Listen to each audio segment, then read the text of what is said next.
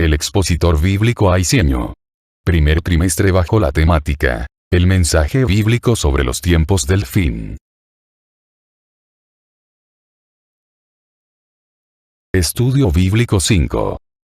El reino de Cristo será acorde al de David. Base bíblica: 2 Samuel 7, 12, 13, 16, Isaías 11, 1 al 9.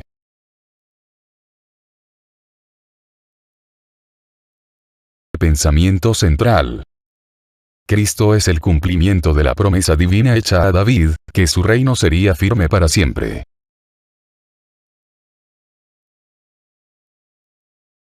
Texto áureo. Y reposará sobre él el espíritu de Jehová, espíritu de sabiduría y de inteligencia, espíritu de consejo y de poder, espíritu de conocimiento y de temor de Jehová. Isaías 11, 2.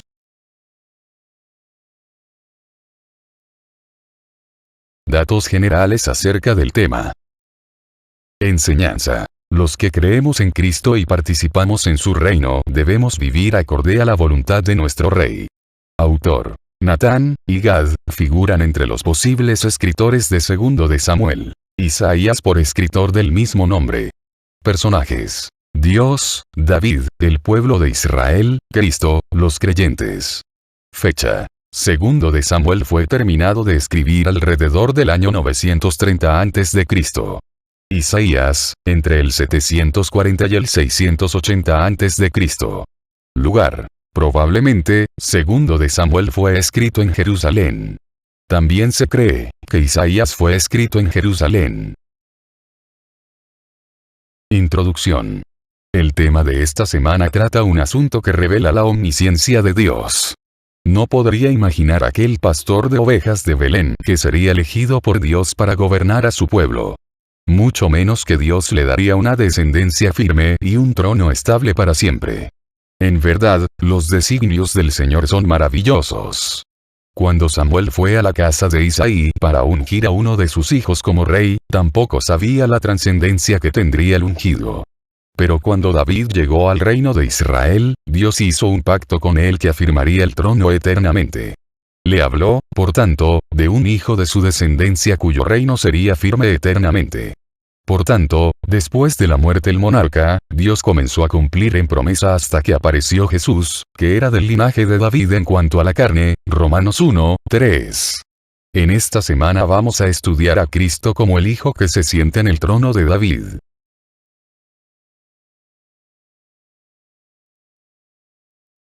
Una promesa.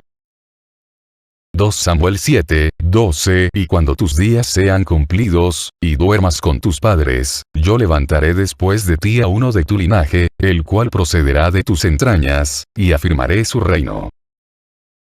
No podemos dudar que Dios sabía de antemano los fracasos morales en que habría de incurrir David, pero se adelantó para dejarnos la lección que el Señor puede tratar con gente débil, restaurarlos y perpetuar su fidelidad para con ellos.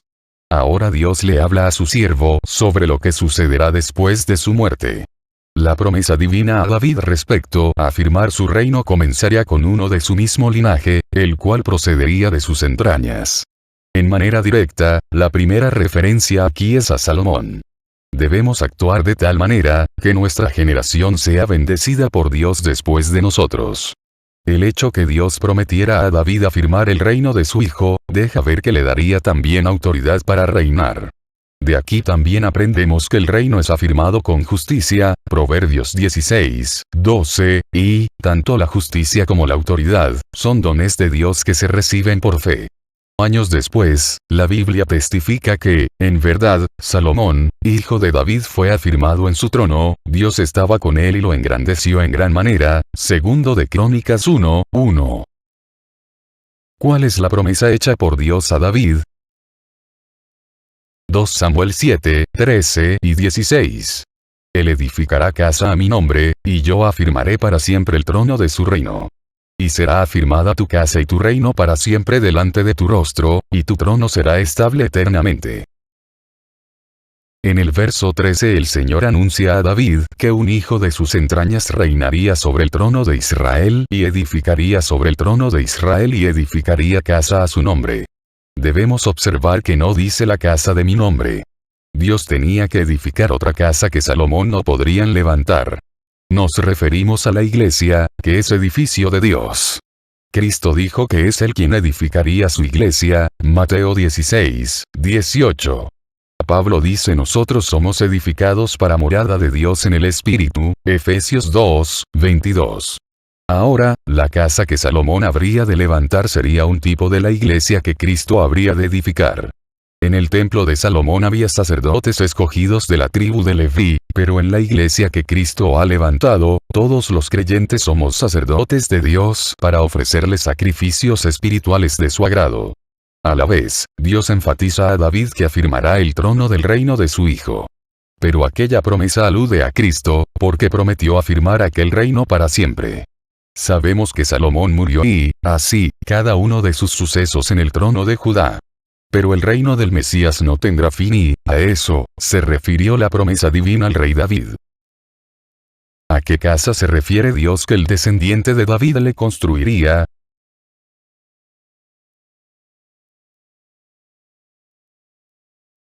Cristo, el vástago de David.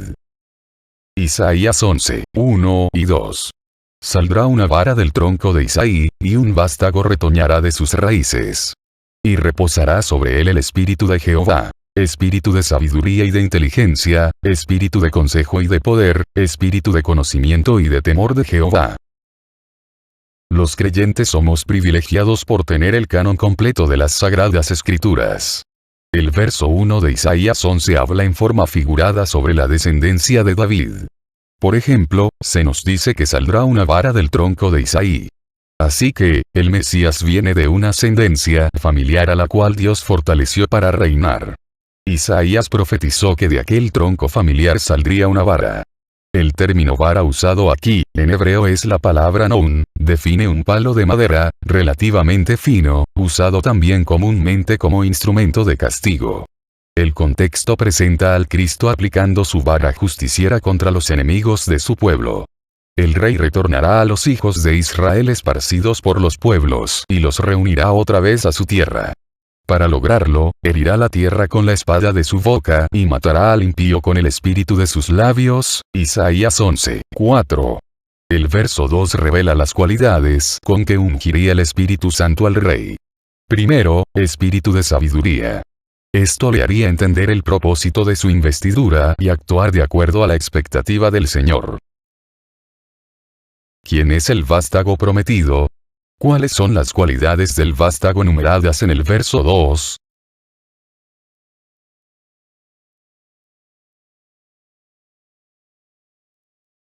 El reino del Hijo de David. Isaías 11, 3 al 5. Y le hará entender diligente en el temor de Jehová. No juzgará según la vista de sus ojos, ni arguirá por lo que oigan sus oídos, sino que juzgará con justicia a los pobres, y arguirá con equidad por los mansos de la tierra. Y herirá la tierra con la vara de su boca, y con el espíritu de sus labios matará al impío.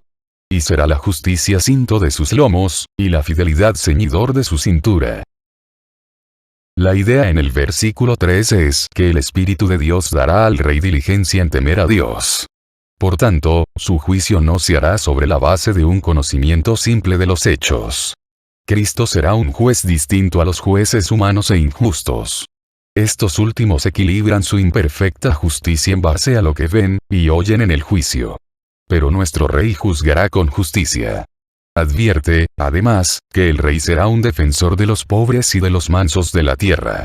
Como creyentes, debemos practicar la mansedumbre, y, cuando nos ofenden, dejar lugar a la ira de Dios. La segunda parte del verso 4 deja claro que, cuando el Mesías reine en la tierra, juzgará, defenderá a los suyos, usará su palabra para herir a los culpables y los impíos serán muertos por el espíritu de sus labios. El versículo 5 presenta los atuendos del rey al ejercer su autoridad. La justicia será como cinto en sus lomos, y la fidelidad como ceñidor de su cintura. En la Biblia, los vestidos expresan las realidades y capacidades de una persona, Isaías 59, 16, 17. Así que, esta imagen revela a nuestro Rey Jesús dispuesto a actuar con justicia y fidelidad. indica la cualidad sobresaliente del reino del Hijo de David.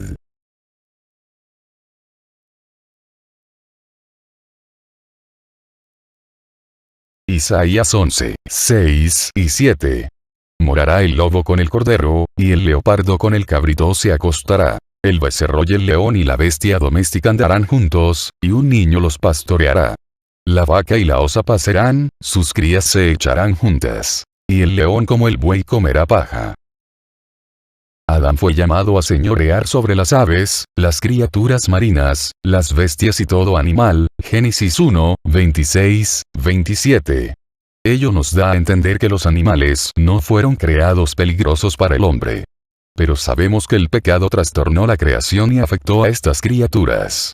Mas, la Biblia enseña que, cuando Cristo murió en la cruz, redimió también la creación.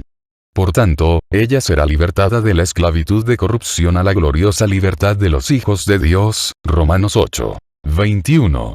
Isaías nos recuerda ahora que, en el reino de Cristo, el lobo, el leopardo y el león no serán una amenaza, sino estarán en paz con los animalitos más tiernos como la oveja, el cordero y el becerro. Cuando el diablo quiera hacernos contender unos con otros, debemos recordar que el reino de Cristo es de paz. El verso 7 repite la idea del estado de paz que dispensará el reino de Cristo. El mundo regresará a ser un Edén.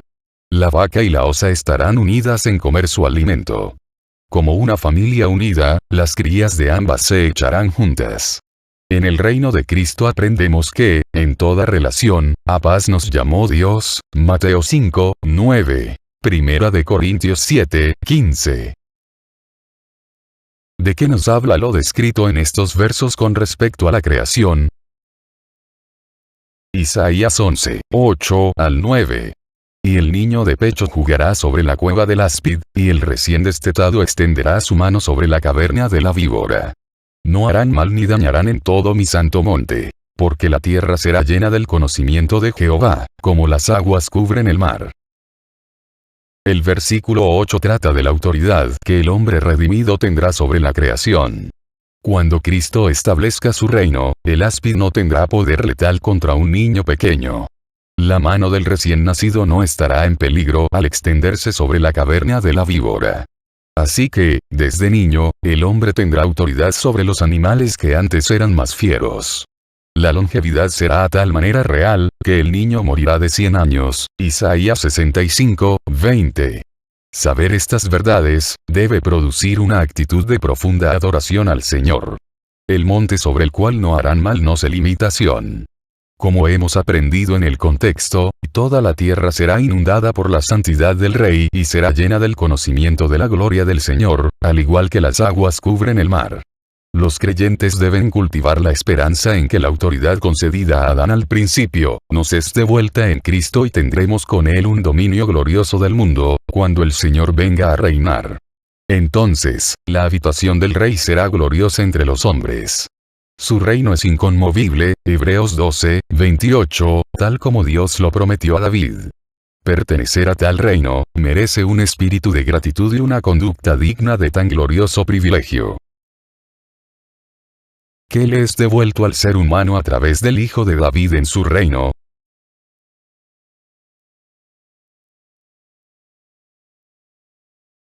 Analicemos lo estudiado. ¿A qué edad David comenzó a reinar sobre todo Israel, según 2 de Samuel 5, 4? Según Lucas 3, 23, ¿qué edad tenía Jesús cuando comenzó su ministerio público? ¿Qué evento dará inicio al reino milenial de Cristo? ¿Dónde pagó Cristo el precio para que el mundo vuelva a ser un paraíso en su reino? ¿Qué respuesta merece en la conducta cristiana, el Señor que fue coronado de espinas,